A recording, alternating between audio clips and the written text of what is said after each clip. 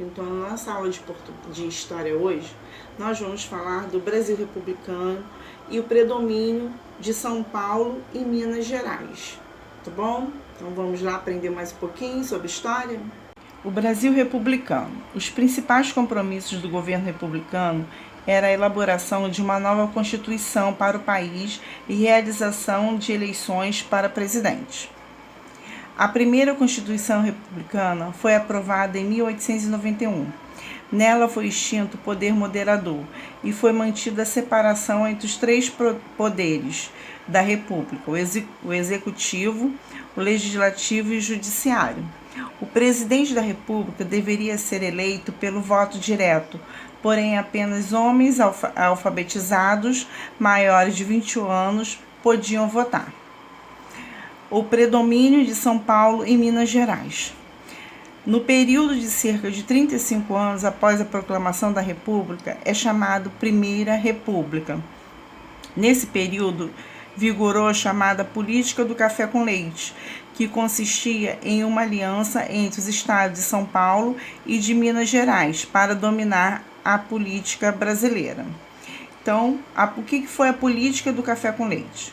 Durante a Primeira República, São Paulo era o maior produtor de café do país e Minas Gerais era um grande produtor de café e de laticínios. Por isso, a aliança entre esses estados ficou conhecida como política do café com leite. Dessa maneira, a dominação política desses estados garantia que o governo federal concedesse privilégio aos cafeicultores sem levar em conta outros grupos. Poder dos coronéis. Durante a Primeira República, os grandes proprietários rurais, também conhecidos como coronéis, exerciam um forte domínio sobre a política local. Os coronéis controlavam a população principalmente por meio da violência. Eles mantinham à sua disposição muitos homens armados, chamados jagunços. Esses jagunços perseguiam e intimidavam quem não acatasse as ordens dos coronéis.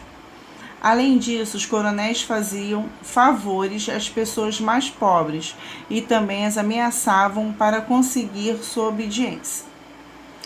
O que foi o voto do cabresto? Como objetivo de se manterem no poder, os políticos da Primeira República faziam alianças com os coronéis. Nesse período, o voto do Brasil não era secreto. Em razão disso, os eleitores geralmente sofriam pressões para votar nos candidatos indicados pelos coronéis. Esse tipo de prática ficou conhecida como o voto do cabresto. No dia a dia, votando com autonomia. No início da República, a prática do voto de cabresto impedia que as pessoas escolhessem livremente seus candidatos, pressionados pelos coronéis e por causa dos favores que recebiam em troca de seu voto. Muitas pessoas não exerciam seu direito de votar de maneira autônoma, ou seja, de acordo com suas próprias decisões. E nos dias atuais? Você sabe como funcionam as eleições? Ao longo do século XX, diversas medidas foram adotadas para dar mais autonomia aos cidadãos nas eleições.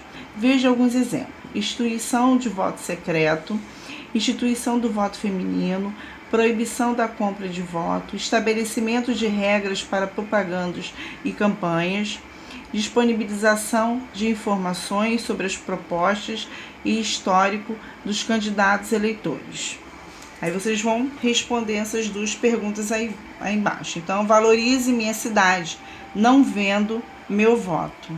A Guerra dos Canudos. A implantação do regime republicano pouco alterou as condições de miséria em que vivia a maior parte da população do campo. Naquela época, os grandes proprietários rurais exploravam a mão de obra de camponeses pobres, os quais não tinham nenhuma garantia de direitos. Na Bahia, essa situação acabou dando origem a um grande conflito que ficou conhecido como Guerra de Canudos. Canudos era uma comunidade formada por camponeses pobres que seguiam um líder religioso chamado Antônio Conselheiro. Desde 1893, os moradores dessa comunidade trabalhavam coletivamente e dividiam entre as famílias os produtos cultivados. A cooperação mútua e o modo de vida mais igualitário atraíam para Canudos muitos camponeses, que deixavam de trabalhar nas fazendas para viver nesse povoado. Com medo de que comunidades como essa se multiplicassem, os grandes fazendeiros passavam a exigir que o governo acabasse com Canudos. Diante disso, tropas republicanas foram enviadas para a região, mas os moradores resistiram aos ataques e assim os conflitos se iniciaram. Após meses de combate, em 1897, o exército republicano conseguiu destruir Canudos, massacrando a maior parte da população. Quinto ano, por hoje terminou nossa aula de história, tá?